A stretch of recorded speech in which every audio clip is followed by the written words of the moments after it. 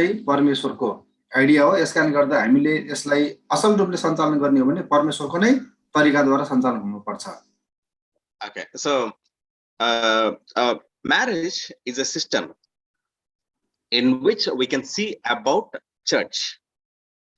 वास्तवमा विवाह चाहिँ एउटा सिस्टम हो अनि जुन चाहिँ वास्तवमा sorry can you repeat sir one second sir?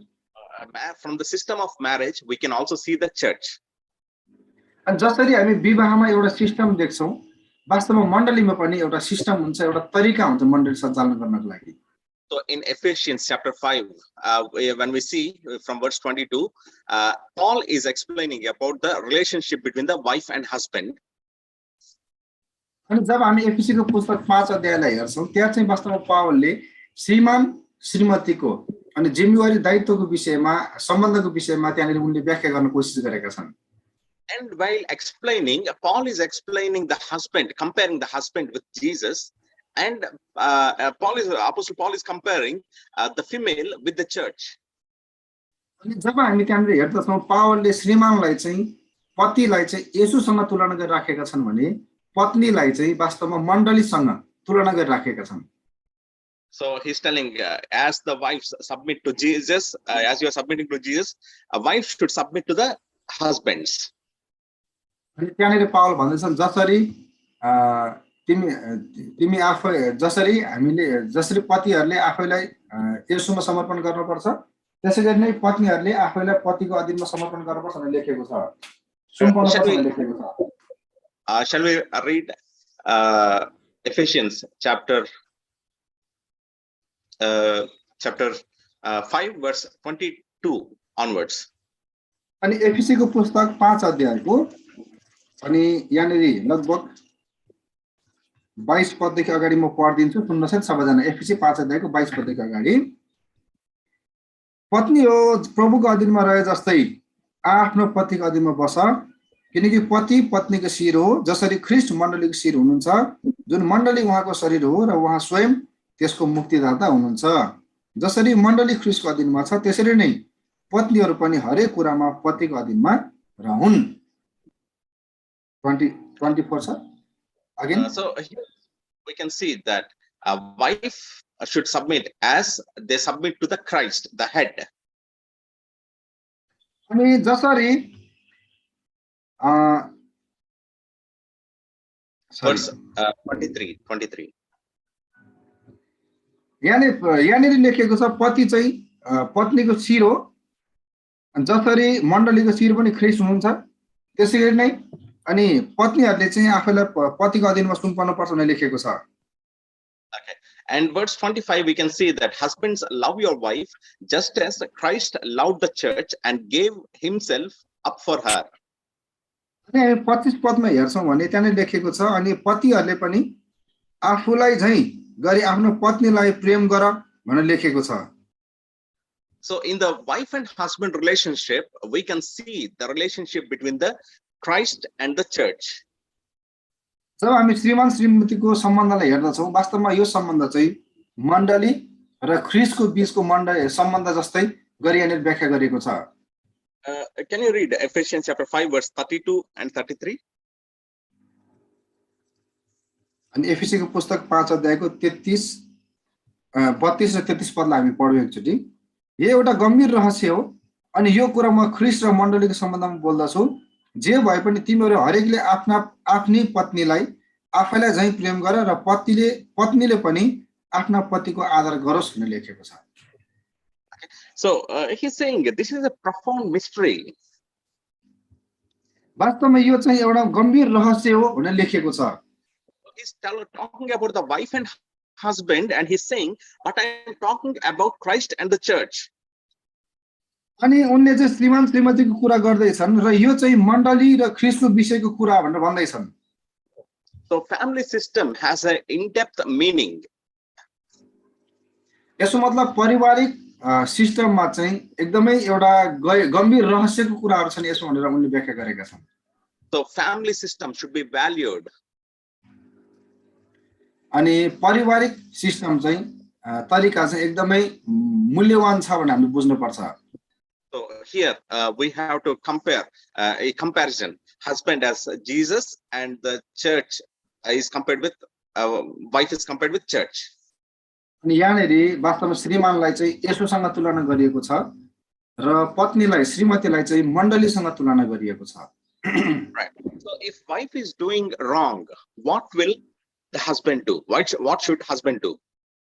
यदि श्रीमतीले गलत गरिन् भने अनि श्रीमानले के गर्न पर्छ भनेर लेखेको छ यहाँनेरि. So here it is mentioned that Jesus gave up his own life to correct the wife, to correct the church. यहाँ लेखिएको छ येशूले पनि मण्डलीको सुधारको निम्ति अनि येशूले आफ्नो प्राणलाई अर्पण गर्नुभयो भनेर लेखेको छ. So Jesus is not punishing the church for the mistake, but Jesus is paying the price of the sins of the church. अनि येशूले चाहिँ मण्डलीको गल्ती र अपराधको निम्ति दण्ड दिनु भएको छैन, बरु आफ्नो प्राणद्वारा मूल्य चुकाउनु भएको छ. So that much Christ loved the church, and husbands also should love the wives in the same way. अनि येशू ख्रीष्टले चाहिँ मण्डलीलाई त्यति विधि प्रेम गर्नुहुने भएको कारणले गर्दा अनि श्रीमानहरूले पनि श्रीमतीलाई त्यसरी नै प्रेम गर्नुपर्छ भनेर पावलले सिकाइराखेका छन्. So in the Bible, wherever you see about the wife and husband relationship, we see that husband should love the wife. अनि बाइबलमा जब जब हामी श्रीमान श्रीमतीको कुरा हेर्दछौँ अनि राम्रोसँग हामीले बुझेको कुरा यही नै हो. वास्तवमा श्रीमानले चाहिँ पत्नीलाई एकदमै प्रेम गर्नुपर्छ, पतिले पत्नीलाई एकदमै प्रेम गर्नुपर्छ. And the responsibility of the wife is to submit to the husband as they're submitting to the Lord. अनि पत्नीको जिम्मेवारी चाहिँ यही नै हो. जसरी ख्रीष्टको निम्ति आफैलाई समर्पण गरेकी छिन् त्यसैगरी नै आफैलाई पतिको अधीनमा सुम्पनु पर्छ. Okay, so husband should love and wife should submit. अनि श्रीमानले चाहिँ प्रेम गर्नुपर्छ अनि श्रीमतीले चाहिँ आफैलाई श्रीमानको अधीनमा सुम्पनु पर्छ. Right. So in any family, if the husband loves a wife as his own body, and if the wife submits to her husband in everything, then that family will be a model family. There'll be no problems in that family. अनि कुनै पनि परिवारमा जुन परिवारमा पतिले पत्नीलाई आफैलाई चाहिँ प्रेम गर्छ र पत्नीले चाहिँ आफैलाई पूर्ण रूपमा पतिको अधीनमा सुम्पन्छ, त्यो परिवार चाहिँ एकदमै नमुनाको परिवार हुन्छ. So if there is any fights in the problem will be maybe husband is not loving the wife perfectly as Jesus loved the church, or the wife is not submitting to the husband. That will be the problem in any family. अनि हुन सक्छ कुनै पनि परिवारमा समस्या भएको छ भने कि त त्यो परिवारमा श्रीमानले श्रीमतीलाई आफूलाई चाहिँ प्रेम गरेन त्यसकारणले गर्दा समस्या भएको हो, कि त श्रीमतीले पत्नीले पतिको अधीनमा आफैलाई पूर्ण रूपमा सुम्पेको छैन त्यही भएर समस्या भएको, यसै कारणले गर्दा परिवारमा समस्या हुन्छ. Okay. So I'm taking more time because it is very, very important. A ministry will stand only when the wife and husband both stand together. मैले यो विषयलाई अलिकति बढी समय लिँदैछु किनकि जब श्रीमान श्रीमती ठीक हुन्छन्, एकदमै सम्बन्ध राम्रो हुन्छ, तब नै सेवाकाई स्थिर हुन्छ. त्यसकारण गर्दा यो विषयलाई म अलि गम्भीरतामा लिँदैछु है. So wife and husband should live united. अनि श्रीमान श्रीमती चाहिँ एकदमै एकतामा रहनु पर्छ. And no doubt there'll be problems in the family. We have to correct those families and live with love. अनि हामीलाई राम्रोसँग थाहा भएको कुरा हो, परिवारमा समस्या हुन्छ, श्रीमान श्रीमतीमा केही न केही समस्या त हुन्छ नै, आउँछ नै बेला बेलामा, तर त्यसलाई सुधार गर्दै अनि एकतालाई निरन्तर कायम राख्नु चाहिँ हाम्रो मुख्य कर्तव्य हो. Instead of waiting, you have done mistake, you have to correct yourself. Let us discuss and solve the problem and live happily. अनि एकअर्काको दोष देखाउँदै आफूले आफूलाई सुधार भन्दै त्यसरी भन्नुको सट्टा हामी एकअर्काको सुधारलाई एकअर्काको गल्तीलाई अनि क्षमा गर्दै अनि बिर्सदै हामी निरन्तर एकतामा रहनको लागि कोसिस गरौँ.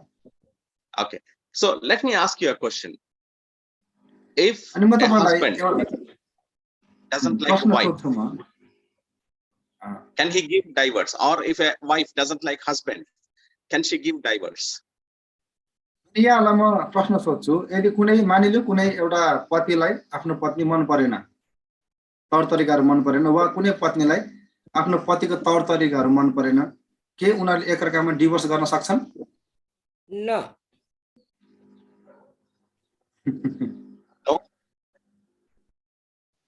No, no. No, sir. Good. Yeah, very good answer. So in Matthew chapter 19, Matthew chapter 19, Jesus was talking about the divorce, the topic called divorce. मत्तीको सुसमाचार 19 अध्यायमा अनि येशूले चाहिँ विवाह विच्छेदको विषयमा डिभोर्सको विषयमा कुरा गर्दै हुनुहुन्छ. Actually, Jesus did not start it as a topic of divorce, but because of the questions of the Pharisees, he has to change the topic to the divorce. वास्तवमा येशूले नै विवाह विच्छेदको विषयमा भन्नु कुरा गर्नु सुरु गर्नुभएको थिएन, तर फरिसीहरूको प्रश्नको कारणले गर्दा येशूको अनि विषय चाहिँ विवाह विच्छेदतिर मोडिएको छ. In verse 3, some Pharisees came to test Jesus and they asked, is it lawful for a man to divorce his wife for any and every reason? Matthew 19 verse 3. अनि मत्ती सुसमाचार 19 अध्यायको 3 पदमा यहाँनेरि फरिसीहरू उहाँका आएर उहाँको जाँच गर्नको लागि के कुनै परिस्थितिमा अनि कुनै कारणले अनि पतिले पत्नीलाई डिभोर्स दिन मिल्छ, विवाह विच्छेद गर्न उचित छ भनेर क्वेशन गरेका छन् येशूलाई. So Jesus, quoting from Genesis chapter 1 verse 27 and Genesis chapter 2 verse 24. So Jesus was telling, no, it should not be like that. Man and woman were created by God so that they can stay together forever. So Jesus is trying to explain them like that. अनि येशू ख्रीष्टले पनि यहाँनेरि उत्पत्तिको पुस्तक 1 अध्यायको 26 पद र त्यसै गरी 2 अध्यायको 24 पद अनुसार अनि त्यो वचनलाई लिएर येशूले पनि यहाँनेरि हैन श्रीमान श्रीमती चाहिँ अलगिनु हुँदैन, उनीहरु चाहिँ एकै साथ रहनको लागि परमेश्वरले बनाउनु भएको भनेर उहाँले व्याख्या गर्नुभयो.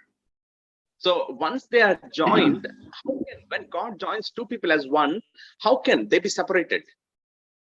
यदि परमेश्वरले नै कसैलाई दुईलाई एक बनाएर जोड्नु भएको छ भने कसरी मानिसहरूले त्यसलाई अलग्याउन सक्छन् र भन्नुभएको छ येशूले. So can the church and Christ be separated? के मण्डली र ख्रीष्ट कहिले अलग हुन सक्छ र कहिले त्यसरी विच्छेद हुन सक्छ र? It can never be. Christ can never be separated from church. Church can never be away from the Christ. So they both should be united. अनि मण्डलीबाट ख्रीष्ट कहिले पनि अलग हुनुहुन्न. मण्डली ख्रीष्ट अलग हुनै सक्दैन. जहिले पनि मण्डली र ख्रीष्ट चाहिँ अनि एकतामै रहनुहुन्छ, सँगै रहनुहुन्छ. Right. So in the wife and church relation, in the Christ and church relationship, anyway, we know Christ doesn't make any mistakes. Only the church will make mistakes. यद्यपि मण्डली र ख्रीष्टको सम्बन्धमा हामीले राम्रोसित बुझ्न पर्छ, कहिले पनि ख्रीष्टले मिस्टेक गर्नुहुन्न, मण्डलीले नै मिस्टेक गर्ने हो. So Christ has many valid reasons to leave the church, to divorce the church. वास्तवमा मण्डलीलाई छोड्नको लागि, मण्डललाई डिभोर्स दिनको लागि, डाइभोर्स दिनको लागि अनि ख्रीष्टसँग थुप्रै कारणहरू छन्. But Christ never did that. When the church is doing mistake, Christ came himself to this world to make the church right. अनि वास्तवमा जब मण्डलीले थुप्रै गल्तीहरू गर्दै थियो, मण्डली गलत बाटोमा जाँदै थियो, त्यतिखेर येशूले चाहिँ मण्डलीलाई त्याग्नको लागि थुप्रै कारणहरू थियो, तर येशूले त्याग्नु भएन, डाइभोर्स दिनु भएन, मण्डलीलाई निरन्तर उहाँले चाहिँ प्रेम गरेर सम्हाल्नु भयो. So God made them one, so nobody can separate them. Should separate them. अनि परमेश्वरले जसलाई एक बनाउनु भएको छ, त्यसलाई कसैले पनि नअलग्याओस्. So there will be mistakes, correct your mistakes. There will be some problems, correct your problems. Stay together. अनि समस्या आउँछ, समस्यालाई समाधान गर्नुहोस्, त्यसलाई सुधार्नुहोस्, तर सधैँ एकतामा रहनुहोस्. So once joined, should be joined for the lifetime. अनि जब एकपटक जोडिन्छ, त्यो चाहिँ जीवनभरको लागि जोडिनु पर्छ. So Jesus was telling, God joins you not to be separated. They should be one. There should be one flesh. अनि प्रभु येशूले भन्नुभयो, वास्तवमा परमेश्वरले जसलाई एकसाथ जोड्नु भएको छ, त्यो चाहिँ कहिले नअलगियोस्, सधैँ एकसाथ रहोस् भन्नुभएको छ. So then these people started questioning. Then why did Moses told the certificate of divorce and divorce the wife? They are quoting from the Deuteronomy chapter 24. अनि त्यसपछि यहाँनेरि उनीहरूले चाहिँ मोसाले भनेको कुरालाई निकाल्दै त्यसो भए किन मोसाले चाहिँ डिभोर्स दिन मिल्छ भनेको त भनेर यहाँनेरि उनीहरूले येशूलाई अर्को प्रश्न तेर्स्याएका छन्. Right. So Moses himself said the law which was given by Moses, he said that if you find adultery in the wife, you can give divorce. अनि किनकि मोसाले व्यवस्थाको पुस्तक 24 अध्यायमा अनि पति या पत्नी कोही व्यभिचारमा पक्राउ पर्यो भने व्यभिचारमा फस्यो भने पर्यो भने अनि तिमीले विवाह विच्छेद गर्न सक्छौ भनेर मोसाले भनेका थिए.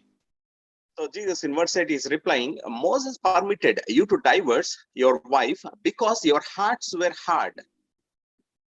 अनि येशूले यहाँनिर भन्नुभयो किन मोसाले विवाह विच्छेद गर्नको लागि अनुमति विवाह विच्छेद गर्नको लागि सक्छ भनेर भने किनकि तिम्रो हृदयको कठोरताले गर्दाखेरि नै हो भन्ने भयो येशूले. So God doesn't want it to allow divorce, but because your hardened hearts, God has to allow you to divorce. अनि वास्तवमा परमेश्वरले चाहिँ विवाह विच्छेदलाई मन पराउनु हुन चाहनुहुन्न, तर तिमीहरूको हृदयको कठोरताले गर्दा मोसाले चाहिँ विवाह विच्छेद गर्न सक्छौ भनेका हुन् भन्नुभयो. So because you are not following the laws of the Bible, you are not living, husband is not living as the standards of the Bible, wife is not living according to the rules of the Bible, because your hearts are hardened, so there is a option of divorce is allowed. अनि श्रीमान पनि बाइबलको वचन अनुसार जिएको छैन र श्रीमती पनि बाइबलको वचन अनुसार जिएको छैन, उनीहरूले चाहिँ आफ्नो हृदयलाई कठोर पारेको हुनाले गर्दा अनि डिभोर्स विवाह विच्छेद गर्न सक्छौ भनेर भनेको मोसाले भन्नुभयो येशूले. So once married, the relationship should be within the marriage, but we today see many people have the relationships outside the marriages. जब एकपटक विवाह हुन्छ अनि त्यसपछिको सम्बन्ध चाहिँ विवाहित जोडीको बीचमा नै हुनुपर्छ, विवाह भित्र नै हुनुपर्छ, तर आजकल हामी देख्दछौं धेरै सम्बन्धहरू विवाह भन्दा बाहिर चलिराखेका छन्. Right, so God doesn't want people to do this immorality, people to do this sin, but people's hearts were hardened and they're doing sin outside the relationships of marriage. वास्तवमा परमेश्वरले चाहिँ यस प्रकार कुरालाई चाहनु भएको थिएन. विवाह भन्दा बाहिर रहेर यस प्रकार व्यभिचारको पापहरू गर्न परमेश्वरको इच्छा होइन. त्यसकारण गर्दा मानिसहरूले चाहिँ त्यस प्रकार सम्बन्धहरू स्थापना गरेका छन्, उनीहरूले चाहिँ व्यभिचार गरेका छन्. यस प्रकार मानिसहरूले आफ्नो हृदयलाई कठोर पारेकाले गर्दा अनि यी कुराहरू मोसाले भनेका हुन्. So sadly in India sometimes we come to hear some news like wife and her boyfriend together killed the husband. अनि इन्डियामा कहिलेकाहीँ हामीले यस्तो पनि समाचार सुन्न पाइराखेका छौं, यस्तो समाचार सुन्न परेको छ. अनि पत्नी र उसको बॉयफ्रेन्ड मिलेर पतिलाई मार्यो, श्रीमानलाई मार्यो भन्ने प्रकारको समाचारहरू हामीले सुन्न परिराखेको छ इन्डियामा. So sometimes news comes like husband along with his girlfriend killed the wife. अनि कति पटक चाहिँ यस्तो पनि समाचार सुन्न परेको छ, श्रीमान र उसको अनि गर्लफ्रेन्ड मिलेर पत्नीलाई मार्यो भनेर पनि समाचार सुन्न परेको छ. People's hearts were hardened from adultery, they are going to murder. अनि मानिसहरूको हृदय चाहिँ व्यभिचारको पापले गर्दा कठोर भएर उनीहरू चाहिँ हत्या गर्ने ठाउँसम्म पुगेका छन्. So because people's hearts were hardened, Moses allowed divorce. अनि मानिसहरूको हृदय यस प्रकारको कठोर बनाएको कारणले गर्दा मोसाले चाहिँ विवाह विच्छेदलाई अनुमति दिएका छन्. So you committed adultery. Okay, if you want to live with that girlfriend, so divorce your wife and live with that female, but don't kill your wife. So if no option of divorce, they will choose to kill. So Moses, because of their hardened hearts, allowed to divorce. वास्तवमा समस्या के भयो भन्दा अब आफ्नो पत्नी त छ, तर अर्को अनि केटीसँग अनैतिक सम्बन्ध सुरुवात भइसकेको छ, व्यभिचारको पापहरू उले गरिसकेको छ, अनैतिक सम्बन्ध सुरु भएको छ. अनि यस्तो प्रकारको परिस्थितिमा चाहिँ अब उसले आफ्नो पत्नीलाई मार्ने सम्भावना छ, हत्या गर्ने सम्भावना. यसकारणले गर्दा आफ्नो पत्नीलाई हत्या नगरिकन बरु उसँग विवाह गर्न सक्छौ, यो पत्नीलाई विवाह विच्छेद गर्न सक्छौ भन्ने कुराहरू मोसाले त्यहाँनिर गरेका हुन्. So because of the hardened hearts of the people, from one sin they go to the other sin if there is no option of divorce. So because their hearts are hardened, God unwillingly accepted this divorce. मानिसहरूले आफ्नो हृदयलाई कठोर पारेको कारणले गर्दा एउटा पापलाई अनि उपलब्धिमूलक बनाउन लागि अर्को पाप हत्या गर्ने सम्भावना चाहिँ त्यहाँनिर प्रबल भएको कारणले गर्दा अनि त्यो कामहरू भएको कारणले गर्दा अनि अनिच्छापूर्वक यानी इच्छा नहुँदै पनि परमेश्वरले त्यसलाई स्वीकार गर्नुभयो र मोसाले त्यो कुरालाई अनि घोषणा गरिदिएका हुन्. So husbands, if you are hardened heart, if you are sinning, don't murder the wife. It's like that. So divorce and go. So God doesn't want a divorce, but has to accept it unwillingly. अनि कुनै श्रीमानहरू बेविचारमा पर्नु भएको छ, तपाईको अर्कै girlfriend राख्नु भएको छ, तपाई बेविचार गर्दै हुनुहुन्छ, तपाई आफ्नो पत्नीको हत्या नगर्नुस्, आफ्नो पत्नीलाई डिभोर्स गर्नुस्, तपाई त्यसरी नै जीवन जिउनुस् भन्ने प्रकारको कुराहरू अनि त्यहाँनेरि बाइबलले हामीलाई भनिराखेको छ. Okay, so God hates divorce. Divorce is not the will of God. फेरि नि बुझ्नु होला, परमेश्वरले विवाह विच्छेदलाई घृणा गर्नुहुन्छ. विवाह विच्छेद चाहिँ परमेश्वरको इच्छा होइन. Right, so people these days are hurry to get married, and people are very much hurried to get divorced. अहिलेको समयमा चाहिँ मानिसहरू विवाह गर्नको लागि नि एकदमै हतार गर्छन् अनि विवाह विच्छेद गर्नको लागि पनि एकदमै हतार गर्छन्. So before getting married also, they don't ask God in prayer, God, can I marry or not? And when going for divorce also, they don't ask God, God, can I divorce or not? So they do everything in hurry. अनि विवाह गर्नुभन्दा अगाडि पनि हे परमेश्वर के हामी विवाह गरौँ भनेर परमेश्वरसँग प्रार्थना गर्दैनन्, एकदमै हतारमा विवाह गर्छन्. विवाह विच्छेद गर्ने बेलामा पनि परमेश्वरसँग अनुमति लिँदैनन्, सोध्दैनन् अनि हतारमा गर्छन्. यस प्रकार मानिसहरू आज सबै कुरा हतारमा गरिराखेका छन्. So let me conclude this topic of marriage and divorce. So God joins one man and woman to live for lifetime. हेर्नु बुझ्नु होला, विवाह र विवाह विच्छेदको विषयमा हामी कुराकानी गर्दै छौँ. परमेश्वरले जब दुई जनालाई अनि एकै साथ जोड्नुहुन्छ परिवारको रूपमा, परमेश्वरले चाहिँ उनीहरू एकै साथ अनि सदाको लागि जिउनको लागि नै अनि परमेश्वरले जोड्नु भएको हो. So divorce, separation is not in the plan of God. God doesn't want divorce to happen. अनि विवाह विच्छेद वा अलग आउनु चाहिँ यो परमेश्वरको इच्छा होइन. परमेश्वरले यस्तो कुरा चाहनुहुन्न, मन पराउनुहुन्न. Right. So in the New Testament, we also see that remarriages are also allowed in certain cases, in certain conditions. Paul said, okay, in that case, get married. अनि नयाँ करारमा चाहिँ अनि कुनै कुनै परिस्थितिमा पुनर्विवाहलाई पनि अनुमति दिएको छ. पावलले चाहिँ यस्तो यस्तो अवस्थामा पुनर्विवाह गर्न सक्छौं भन्नेसम्म कुराहरू गरेका छन्. Right. So marriages are for lifetime. याद गर्नु होला, विवाह चाहिँ जीवनभरिको लागि हो. Right. So with this, we finish this topic called marriage and divorce. हामी यति भन्दै विवाह र विवाह विच्छेद भन्ने शीर्षकलाई सकियौं. Then let's go to the next topic. हामी त्यसपछि अर्को एउटा विषयमा जाउँ. Next topic is code of ethics for pastors. अनि अर्को विषय चाहिँ लेख्नु होला, code of ethics for pastors. पास्टरहरुको लागि एथिक्सका संकेतहरु, कोडहरु.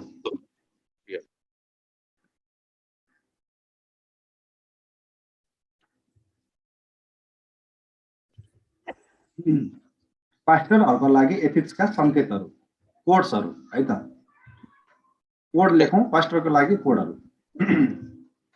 In D, the code of ethics for pastors, first one, point 3.1 is pitfalls of pastors. अनि पास्टरहरुको लागि अनि एथिक्सको कोडहरु भन्ने शीर्षक छ. अनि यसलाई लेख्नु होला र यसमा नम्बर, यो डी नम्बर हो र यसमा एक नम्बर पर्छ. एक नम्बर चाहिँ पिटफल्स अफ द पास्टर, यानी कि पास्टरको अनि पतनका कारण, पास्टरका पतनका कारणहरु लेखौं न शीर्षक चाहिँ. So every pastor begins his life with a challenge, with a zeal to change the people, to save the people. अनि पास्टर वास्तवमा शीर्षक लेख्नुभयो पास्टरको पतन भन्नु, पतन भन्दा कस्तो नराम्रो देखियो है. गिरावटहरु लेखौं न, पास्टरका गिरावटहरु लेखौं न. अनि जिम्मेवारीबाट हराउनु जस्तो कुरा लेखौं न. गिरावट, पास्टरको गिरावट, पिटफल्स. अनि हरेक पास्टरले चाहिँ आफ्नो सेवकाईको सुरुवात गर्दाखेरि चाहिँ मानिसहरूलाई प्रभुमा बचाउनको लागि, मानिसहरूलाई प्रभुमा जोशिलो बनाउनको लागि नै एकदम जोशका साथमा नै सेवकाई सुरु गरेका हुन्छन्. So nobody comes into the ministry for the sake of earning money or for the sake of name or fame or any other reasons. The reason we come into the ministry is to bring people into salvation, save people from hell.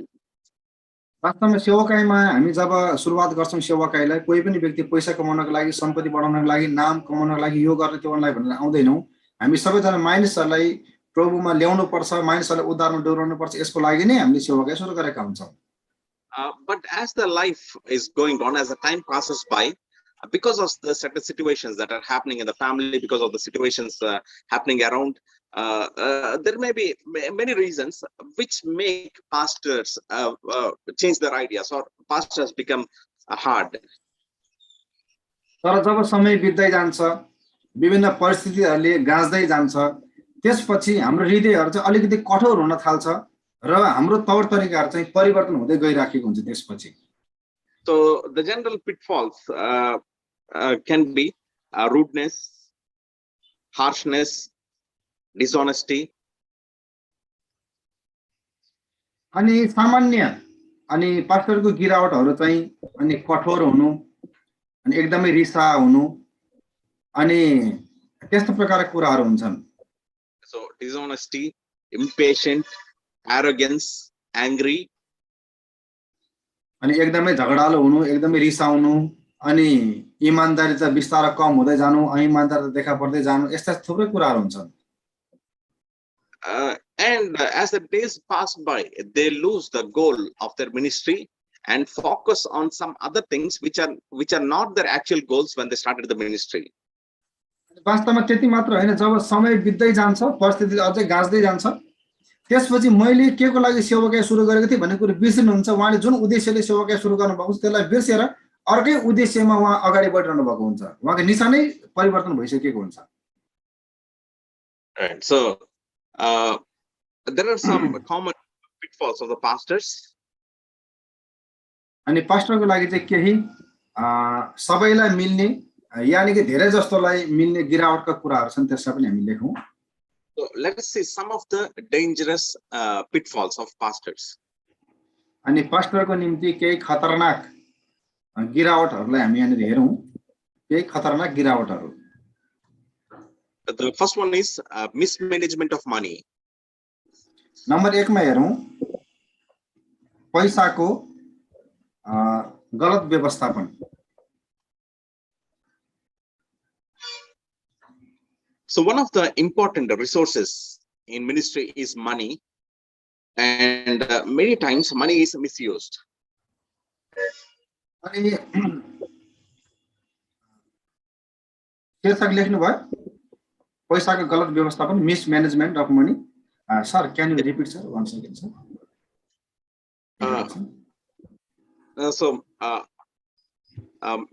I forgot what I said. So many times pastors misuse the money. Money is the important resource, but they use it in a wrong way. अनि वास्तवमा पैसा चाहिँ महत्त्वपूर्ण स्रोत हो तर धेरै पटक पास्टरहरूले रुपैयाँ पैसालाई चाहिँ गलत प्रयोग गर्नुहुन्छ So not managing the money properly is one of the main drawbacks of the pastors.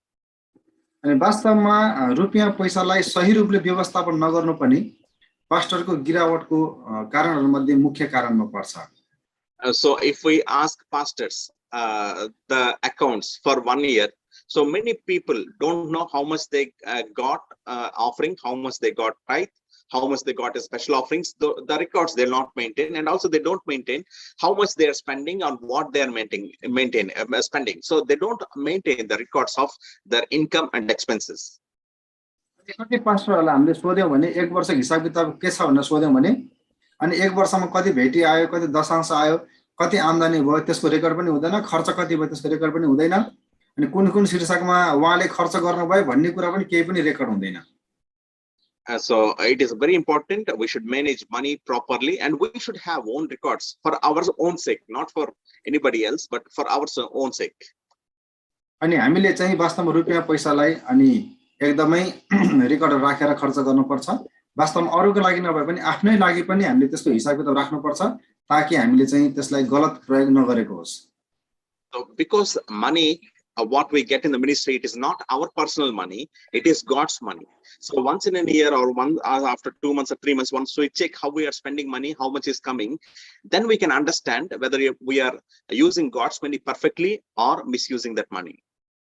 अनि हामीले चाहिँ कम्तीमा पनि वर्षमा एकचोटि नत्र 3 महिनामा 2 महिनामा 6 महिनामा एकचोटि हामीले चाहिँ हिसाब किताब गर्ने बानी गर्नुपर्छ, ताकि हामीले चाहिँ परमेश्वरको रुपियाँलाई हामीले लिएर गलत प्रयोग गरेका छौँ कि ठिक प्रयोग गरिराखेका छौँ, दुरुपयोग पो गरेको छौँ कि हामीले भन्ने कुरा हामीले चाहिँ जाँच्न सक्छौँ आफैलाई। So we have to manage money properly. अनि हामीले चाहिँ रुपियाँ पैसालाई सही रूपले अनि व्यवस्थापन गर्नुपर्छ, चलाउनुपर्छ। So many pastors have a very bad reputation of using the money. अनि धेरै पास्टरहरूको चाहिँ रुपियाँ पैसाको क्षेत्रमा एकदमै गलत नाम रहेको छ, यानी कि नाम बदनाम भएको छ धेरै पास्टरको रुपियाँ पैसाको क्षेत्रमा। So banks generally have the list of the defaulters. This profession is this profession people don't pay the loans correctly. So they have the list of certain professions. अनि बैंकहरूले चाहिँ अनि को व्यक्तिले चाहिँ किस्ता बेलामा दिएन, को व्यक्तिले चाहिँ ऋण बेलामा तिरेन, कति पटक फोन गर्न पर्यो, यस्ता प्रकारका कुराहरुको लागि रेकर्ड राखेका हुन्छन् बैंकहरूले चाहिँ। So based on their professions, they maintain the details. Like this profession, they'll pay the loans correctly. These professions, they don't pay the loans correctly. So like that, the banks maintain the records. And sadly, pastor is one of the professions which is considered as loan risk profession. अनि बैंकहरूले चाहिँ ऋण दिने बेलामा अनि कुन पेशा गर्ने मान्छे हो, यो पेशा गर्ने मान्छेले यसरी ऋण दिन्छ, यो पेशा गर्ने मान्छेले यसरी चाहिँ समयमा किस्ता दिन्छ भनेर उनीहरूले चाहिँ त्यो लिस्टै बनाएको हुन्छन्। दुःखको साथमा भन्न पर्छ, पास्टरै सेवकाई चाहिँ अनि किस्ता बेलामा नतिर्ने, ऋण बेलामा नतिर्ने लिस्टमा पर्छ। Right, so it is not easy to get a loan when you mention your profession as pastor, because it comes under the risk category of loans. यदि तपाईले ऋण लिने बेलामा चाहिँ म पास्टरै सेवकाई गर्छु भनेर भन्नुभयो भने अनि बैंकले हतपत तपाईलाई ऋणै दिदैन, किनकि यो चाहिँ बैंकको लागि एकदमै जोखिमको पेशा पर्दो रहेछ। So we have to maintain the money properly. यसको मतलब हामी पास्टरहरूले नै रुपियाँ पैसालाई एकदमै ठिकसँग चलाउनु पर्छ भनेर बुझ्नु पर्छ। So the reputation about our management of money should be good. अनि हाम्रो रुपियाँ पैसा कसरी चलाउने भन्ने कुरामा एकदमै ठीक हुनुपर्छ र हामीले हाम्रो नामलाई अनि हाम्रो जिम्मेवारीलाई बदनाम हुन दिनु हुँदैन। And because nobody is asking accounts, let us not be careless, but understand God is going to ask account for each and every rupee of the offering. So we should spend the offerings correctly and wisely. अनि अहिले तपाईलाई कसैले पनि हिसाब सोधेको छैन भन्दैमा तपाईले चाहिँ जे मन लाग्यो त्यो गर्नु चाहिँ राम्रो कुरो होइन, किनकि तपाईलाई एक दिन प्रभु येशू ख्रीष्टले चाहिँ यहाँ परमेश्वरले चाहिँ हरेक हिसाबको लागि तपाईलाई सोध्नु हुनेछ। Right. So God doesn't want his workers to be hungry. God doesn't want his workers to be poor. अनि परमेश्वरले चाहिँ आफ्नो कामदारहरू भोकै रहोस् र आफ्नो कामदारहरू चाहिँ अनि गरिब रहोस् भनेर कहिले पनि चाहनुहुन्न। Right. So but we today see many pastors are poverty. What is the reason? आज हामी हेर्छौं धेरै पास्टरहरू चाहिँ गरिबीमा छन्। के कारणले पास्टरहरू चाहिँ गरिबीमा पुगेको होला त? It is not the mistake of God, it is 100% the mistake of the pastors. वास्तवमा पास्टर गरिब हुनुको कारण चाहिँ अनि परमेश्वरको मिस्टेकले होइन, पास्टरकै मिस्टेकले गर्दाखेरि हो। So if pastors are poor, the reason number one is maybe they're not called by God for the ministry, they came by themselves as an option for income. यदि पास्टर गरिब छन् भने वास्तवमा उसले चाहिँ परमेश्वरको बोलावट पाएर पास्टरले सेवाकाईमा आएको होइन। पहिलो कारण भनेको उसले चाहिँ म केही आर्थिक आम्दानी गर्न सक्छु भनेर पास्टरले सेवाकाईमा आएको हुन सक्छ। The second reason why pastors may be poor can be they came into the ministry by God's calling, but they're not doing the work. God will not pay to the people who don't do the work. अनि दोस्रो कारण हामीले हेर्छौं भने हुन सक्छ त्यो व्यक्ति परमेश्वरको बोलावट पाएर नै पास्टरले सेवाकाईमा आयो होला, तर परमेश्वरले के काम गर भने त्यो काम चाहिँ नगरिकन अर्कै काम गरेको हुन सक्छ, यानी कि उसले चाहिँ परमेश्वरको काम ठीकसँग नगरेको हुन सक्छ, त्यसकारण गर्दा उ गरिब भएको हुन सक्छ। And the third reason and the most important reason is the mismanagement of the money is the main reason why many pastors are poor today. अनि तेस्रो कारण चाहिँ वास्तवमा पैसाको सही रूपले प्रयोग गर्न नसक्नु, गलत प्रयोग गर्नु, अनि यो पनि पास्टर गरिब हुनुको तेस्रो कारण हुन सक्छ या मुख्य कारण पनि हुन सक्छ यो। Mismanagement of the money is not using on what to be spent and spending on what should not be spent. अनि पैसाको चाहिँ गलत प्रयोग भन्नको मतलब कुन ठाउँमा के खर्च गर्नुपर्ने त्यो ठाउँमा खर्च नगरेर अर्कै ठाउँमा खर्च गर्नु। So when we correct these mistakes, God is very much happy, will be very much happy to provide the finances. जब हामी यस्ता प्रकारको गलत कुरालाई हामी सुधार्छौं अनि परमेश्वर चाहिँ हामीलाई आर्थिक कुराहरुमा सहायता गर्नको लागि एकदमै तयारी हुनुहुन्छ, हामीले आर्थिक कुरामा सुधार गर्न ल्याउनको लागि धेरै नै तयारी हुनुहुन्छ। So God is very rich and he wants his children also to be rich. अनि हाम्रो परमेश्वर एकदमै धनी हुनुहुन्छ, उहाँका छोराछोरीहरु पनि धनी होस् भन्ने परमेश्वर चाहनुहुन्छ। So let me ask you, which father among you want your children to be poor and live in poverty? भन्नुस् त तपाईहरु मध्ये कुन चाहिँ बुवा हुनुहुन्छ वा बुवा आमा हुनुहुन्छ जसले चाहिँ आफ्नो छोराछोरी गरिब होस् भन्ने चाहनुहुन्छ तपाईहरु? So when we as fathers, earthly fathers, if we don't want our children to be poor, how can we think that God, the Heavenly Father, think us to be poor? अनि हामी पृथ्वीकै आमा बुवाहरु भएर त हाम्रो छोराछोरी गरिब होस् भन्ने चाहदैनौं भने अनि स्वर्गका पिताले चाहिँ हामी गरिब होस् भन्ने कसरी चाहनुहुन्छ र? Right? So we have to correct this area of money, mismanagement of money. अनि हामीले चाहिँ पैसाको लागि कसरी सही प्रयोग गर्ने, गलत प्रयोग कसरी हुन नदिने वा कसरी गलत व्यवस्थापन हुन नदिने भनेर हामी होशियार हुनुपर्छ। Second point, pitfall of the pastor. Second point is mismanagement of time. अनि पास्टरको गिरावटको दोस्रो कारण समयको गलत व्यवस्थापन। So everybody have the same 24 hours. Some people have enough time to read Bible, enough time to pray, enough time to spend in the presence of God, enough time to spend in the ministry, enough time to spend in with the family. Some people, they don't do anything but still say, I don't have time. अनि सबैजनाको लागि 24 घण्टा हो। त्यही 24 घण्टामा कति व्यक्तिहरु चाहिँ बाइबल पढ्नको लागि पनि समय छ, प्रार्थना गर्नको लागि समय पनि छ, परमेश्वरसँग बिताउनको लागि समय पनि छ, परिवारसँग बिताउनको लागि समय पनि छ, सेवाकाई गर्न पनि समय पुगेको छ। तर कति व्यक्तिलाई समय नै पुगेको छैन, के गर्न पनि समय पुगेको छैन, मसँग समय नै पुगिरहेको छैन, मसँग समय नै छैन भन्नुहुन्छ। So always they complain, I don't have time. Then if you ask, what did you do? What useful thing did you do? There'll be nothing. They cannot show anything. I have done this profitable thing for God. They can show nothing, but they still say, I'm very busy. कति व्यक्तिले सोध्नु पर्छ, समय नै छैन, मसँग समय नै छैन भन्नुहुन्छ, अनि के उपलब्धिमूलक काम गर्दै हुनुहुन्छ तपाईले भनेर सोधे पनि त्यो पनि केही पनि छैन। अनि उहाँले समय नै मिलाउन सक्नु भएको छैन, व्यवस्थापन गर्न सक्नु भएको छैन।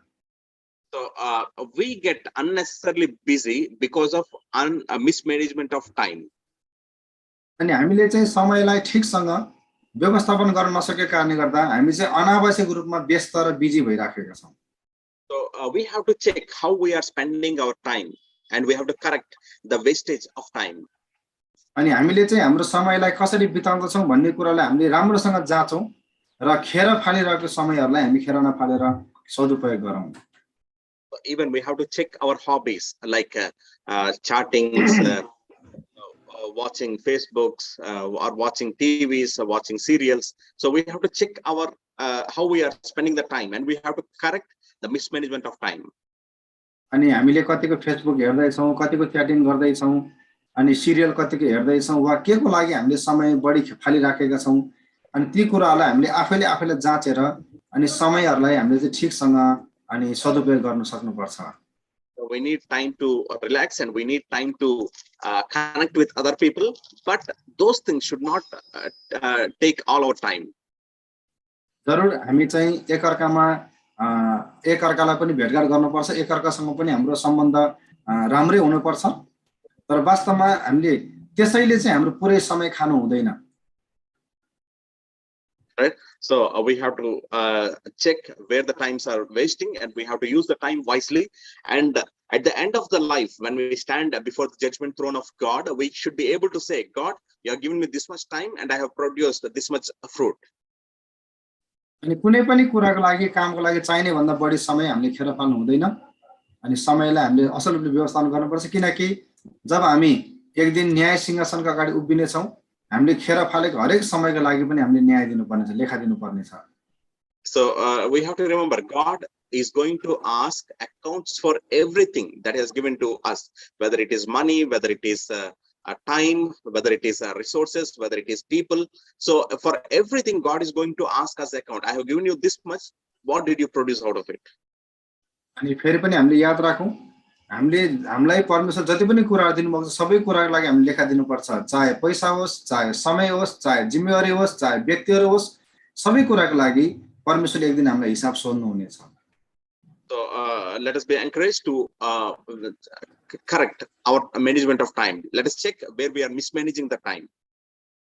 यसकारण हामी एकअर्कालाई उत्साह गरौं अनि समयलाई सही व्यवस्थापन गर्नको लागि सदुपयोग गर्नको लागि र व्यवस्थापनहरुलाई गलत प्रयोगहरुलाई चाहिँ हामी कम गरौं बन्द गरौं So I don't remember who said this thing. If you don't use your time wisely, somebody else will use your time. अनि कसले भन्नुभयो मलाई थाहा छैन तर उहाँले बडो राम्रो कुरा भन्नुभयो यदि तपाईको समयलाई तपाईले बुद्धिमानी पूर्वक रूपले सदुपयोग गर्नु भएन भने अरु कसैले आएर तपाईको समयलाई अनि सदुपयोग गर्नेछन् भनेर भन्नुभयो उहाँले Right? So example I'm telling, if you say if somebody comes and asks you what, if you say nothing, then they'll say okay, come, we'll go somewhere, right? So your time they're using for their benefit. अनि कति पटक कस्तो हुन्छ भने कोही व्यक्ति आउनुहुन्छ तपाईलाई भेट्नको लागि अनि के छ कार्यक्रम वा के छ काम भनेर सोध्नुहुन्छ तपाईले केही पनि छैन भने लु जाउँ त्यसो मसँग फलान ठाउँ भनेर तपाईलाई सँगसँगै लिएर जानुहुन्छ Right? So use your time wisely. Yeah, you should have fellowships, you should have a relationship with your friends and family, and you should have entertainment, but fix the time for everything and use time wisely.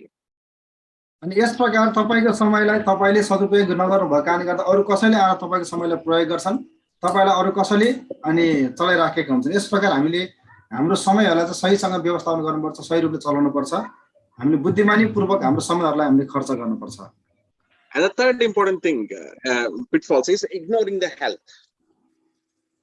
अनि पास्टरले गिरावटको तेस्रो विषय शीर्षक लेख्नु होला अनि स्वास्थ्यलाई हेलचेक्राइ गर्नु So Bible says you are the temple of God. अनि स्वास्थ्यको हेलचेक्राइ लेख्नु होला 3 नम्बरमा अनि हामी जब बाइबलमा पढ्छौं बाइबलमा लेखेको छ वास्तवमा हाम्रो शरीर चाहिँ पवित्र आत्माको मन्दिर हो Pastors do this mistake, the mismanagement of their health. अनि पास्टरहरूले चाहिँ धेरै पटक आफ्नो स्वास्थ्यलाई सही व्यवस्थापन गर्नुहुन्न So we take care of external temples, our churches, but we don't take care of this temple, our bodies. वास्तवमा हामी चाहिँ बाहिरी कुराहरुलाई बडो व्यवस्थापन गर्छौं मण्डलीहरुलाई व्यवस्थापन गर्छौं तर हाम्रो शरीर जो पवित्र आत्माको वास्तविक मन्दिर हो हाम्रो शरीरको चाहिँ हामी सही ख्याल गर्दैनौं So take care of your health properly. तपाईको स्वास्थ्यलाई सही रूपले ख्याल राख्नुहोस् Spend some time in exercise every day. अनि हरेक दिन केही समय चाहिँ शारीरिक कसरतमा बिताउनुहोस् When I'm telling about ourselves, so we have to take care of our health. If any symptoms are shown, don't neglect. Take care of the symptoms. Check the symptoms, why they are coming. Go to doctor or pray or do something. You should be rectified of all your problems. आफ्नो स्वास्थ्यको लागि हामी निकै ख्याल गर्नुपर्छ यदि कुनै समस्याहरु स्वास्थ्यमा देखा पर्यो भने त्यसलाई चाहिँ कारण के होला भनेर डाक्टरलाई गएर भेट्नुहोस् उपचार गर्नु ठिक समयमा अनि छिटै नै उपचार गरिहाल्नु भने त्यसले निकै राम्रो गर्छ आफ्नो स्वास्थ्यलाई हामीले निकै नै ख्याल राख्नुपर्छ So mismanagement of health is not accepted. वास्तवमा हाम्रो स्वास्थ्यलाई अनि ध्यान नदिनु ख्याल नगर्नु चाहिँ यो स्वीकार्य योग्य छैन परमेश्वरको दृष्टिमा So take personal care about yourself. तपाई आफ्नै स्वास्थ्यको विषयमा आफ्नै विषयमा एकदमै व्यक्तिगत रूपमा ख्याल राख्नुहोस् So you should be healthy. The more healthy you are, the more work you can do for God. जति तपाई स्वस्थ रहन सक्नुहुन्छ त्यति नै तपाईले परमेश्वरको लागि धेरै काम गर्न सक्नुहुन्छ So many pastors have this complaint. When they are young, when they are strong, they don't consider their health. they do the ministry, they are busy with all the things, then they don't consider health. But when they become a little old, or when they have some problems, then they will say, oh, I have neglected this health.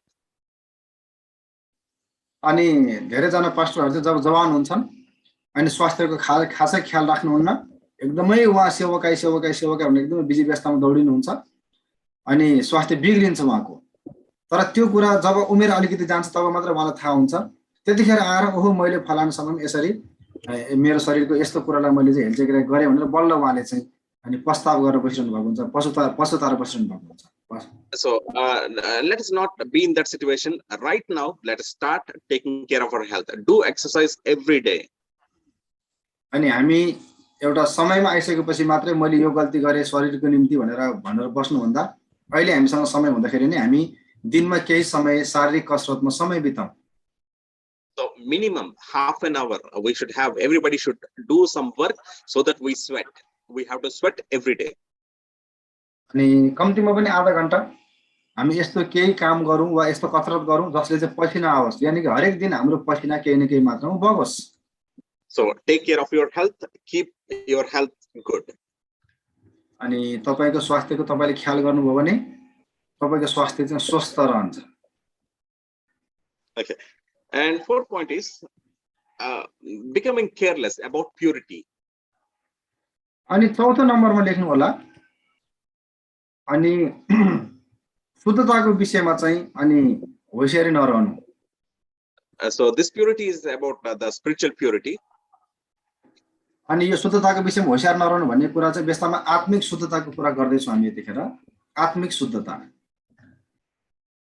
So many times we miscalculate the dangers of sin.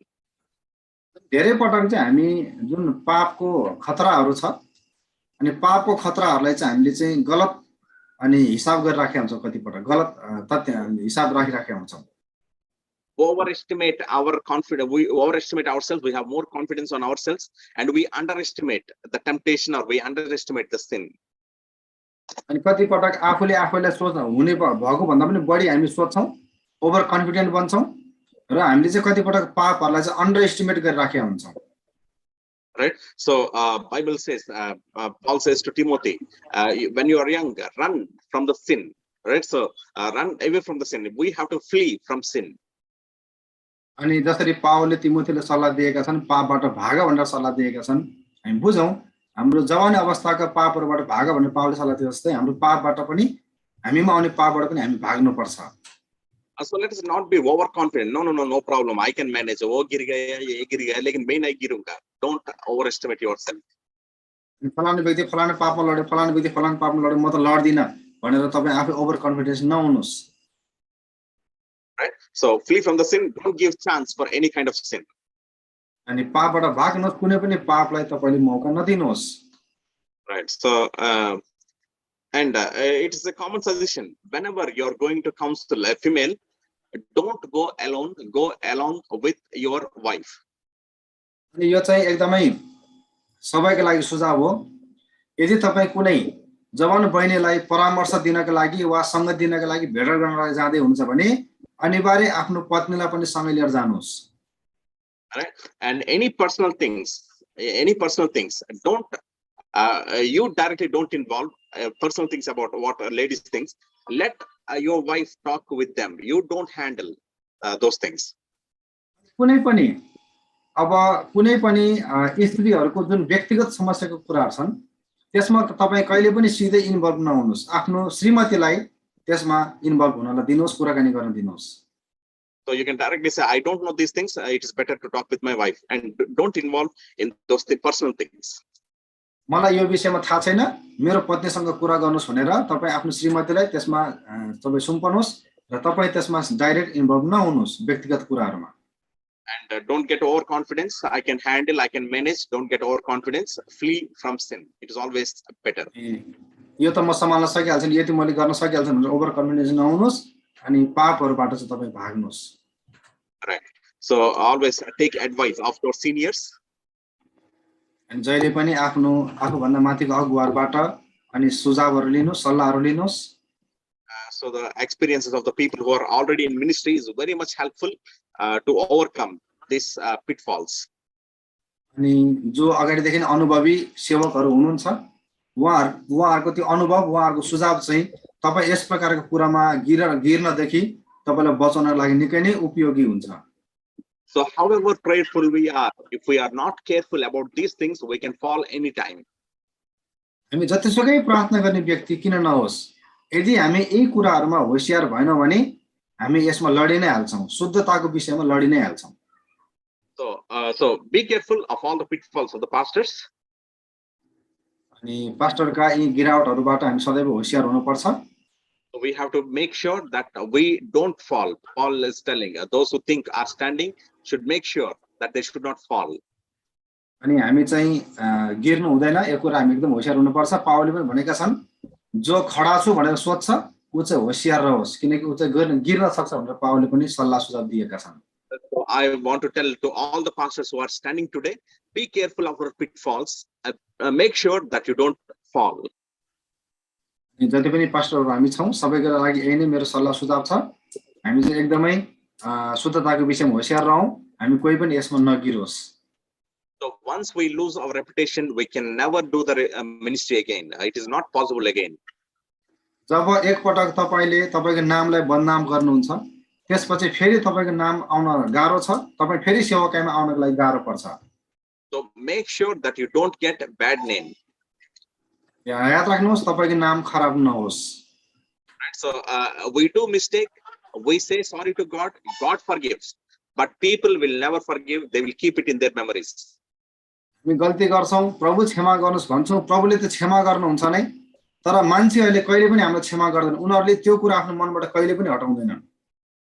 So even after 10 years after also, God forgive your sins. But when believer sees you, will say, "ये pastor ना 10 साल पहले यही गलती किया था." अनि परमेश्वरले तपाईलाई क्षमा गर्नु भएपछि 10 वर्ष पनि बितेको हुन्छन्. परमेश्वरले त्यसलाई सम्झिनु भएको हुँदैन, तर विश्वासीले के गर्छन्? अनि यो फलाना पास्टरले त 10 वर्ष अगाडि यो पाप गरेको भनेर विश्वासीले भनिराखेका हुन्छन्. So once you lose reputation, it will be very, very difficult to do the ministry in that place. So be careful of the pitfalls. जब तपाईले एक पटक आफ्नो आफूलाई बदनाम गर्नुहुन्छ, फेरि तपाई त्यसै ठाउँमा आएर सेवा गर्नलाई बडो गाह्रो पर्छ. यसकारण गर्दा हामी यो शुद्धताको विषयमा धेरै नै होशियार रहौं. So all those who are standing, maintain your life, maintain your purity, maintain your honesty in the money, maintain your correct management of time and your relationships, and do well.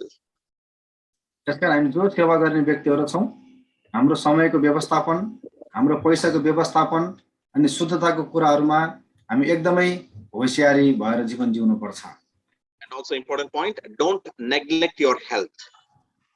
साथै अर्को महत्त्वपूर्ण कुरा, तपाईको स्वास्थ्यलाई कहिले पनि हेलचेक्राइ नगर्नुस्. So make sure from today itself you do at least half an hour of hard work so that you can sweat. अनि आजदेखि नै तपाईले निर्णय गर्नु होला, अनि कम्तीमा पनि दिनमा आधा घण्टा अनि अलिकति कठोर परिश्रम गर्नुस्, जसले गर्दा तपाईलाई पसिना आओस्.